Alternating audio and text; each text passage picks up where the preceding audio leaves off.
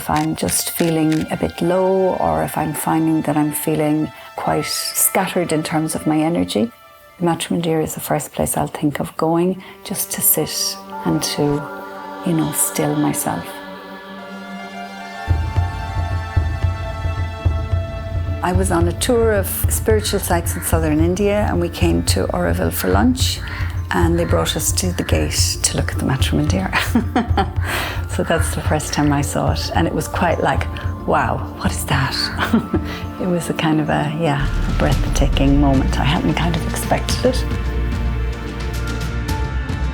27th of February 1998, I reached Pondicherry to start a 7-month course in ceramics. And I was staying at a person's house I did not know. He was a friend of a friend. And he told me at night that tomorrow morning we are waking up at 4 o'clock and we are going to a bonfire in Auroville. So we reach Auroville. I'm in the middle of this forest. We reach the Matrimandir. I've never seen this before. I'm here. And we are sitting in this incredible space in the amphitheater with everybody very quiet. I saw the banyan and the Matrimandir and the amphitheater. On the 28th, Auroville's birthday, 1998. That was my first day in Auroville. I came in 2004 and I was 15. And I came from Ethiopia. The feeling I remember is, this is like the moon. I was lucky enough to be given the space to explore it on my own.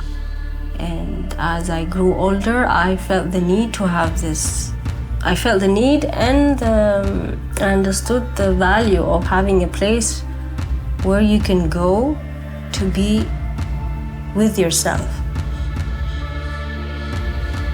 I came to Auroville in 1974 in January, shortly after the mother had left her body in November, I think it was. Yeah, in November 73. In those days, the entry process was really simple. There was a group. Mother's son was, I think, part of that, Shamsunda and Roger. In that first year, I met up with these people in Pondi. And I think it was then that Roger said, well, he can work at Matrimandir. My first experience of Auroville, I saw amazing things around me, but it was the feeling of Auroville that I left with. And when I went back to my life, I missed that feeling, and as soon as I came back to Auroville, I felt it again. And looking at it now, I think that that's the Matrimandir. When I could touch that deeper space inside, that's what I want my life to be about, uncovering that. I felt that this place can support that. Matrimandir and Auroville can support me to grow. There was always a moment of incredible silence. And not just the silence of the machines being switched off, but somehow there was I would, in retrospect, think it was like an inner silence that was there, and a happiness about what we had just achieved and done, and one more step. Yeah, there was always something in the background at Matrimandir, and still is. I think it's the most neutral aspect of Auroville because it's a place. It's not the teachings, which can always be changed and altered. It's not a person, it's just a place. There is something it offers for everybody from the youngest age to the oldest. Just seeing and knowing how many people go there, including myself, in times of crisis, in times of intense passages of life, it's very, very important. It's where I find myself. It's a kind of space where everybody finds a reason to be.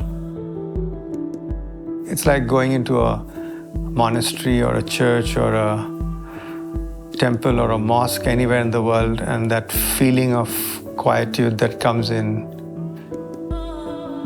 It was funny, when I came to Auroville first, the Samadhi in Pondi was the place I used to go to quite a bit. And I would say that Matrimandir grew on me, as I lived here, it grew on me.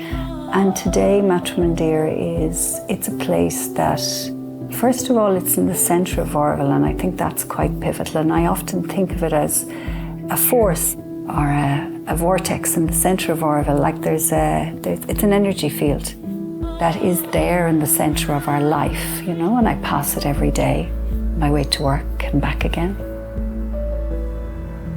I feel like I have a personal connection of my own. I feel closer to this place. It's not, oh, this moon land, this strange UFO building, but more like a representation of what we're trying to do.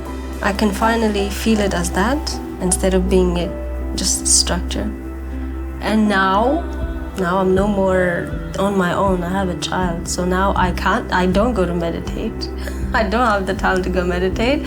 So we do what's called active meditation. So we explore the outside, which I didn't do earlier. Now I'm not with myself, but with my daughter. This is like really time with my daughter.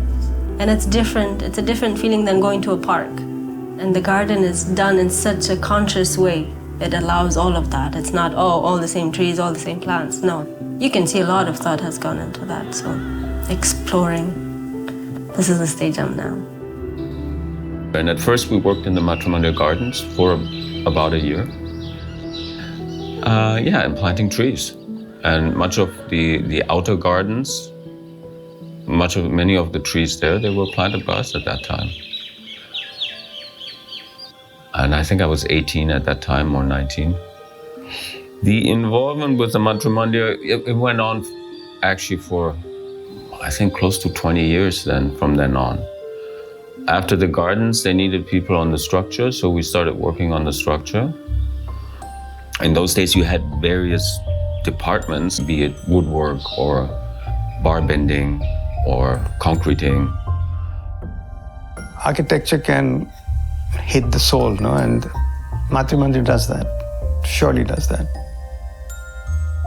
I think it is the symbol of Auroville. I cannot think of anything else that we can have as an element that would be so important to project Auroville to the world.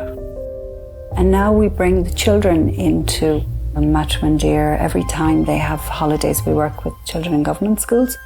And also for the children, it's always a moment of like just coming into an environment with that still.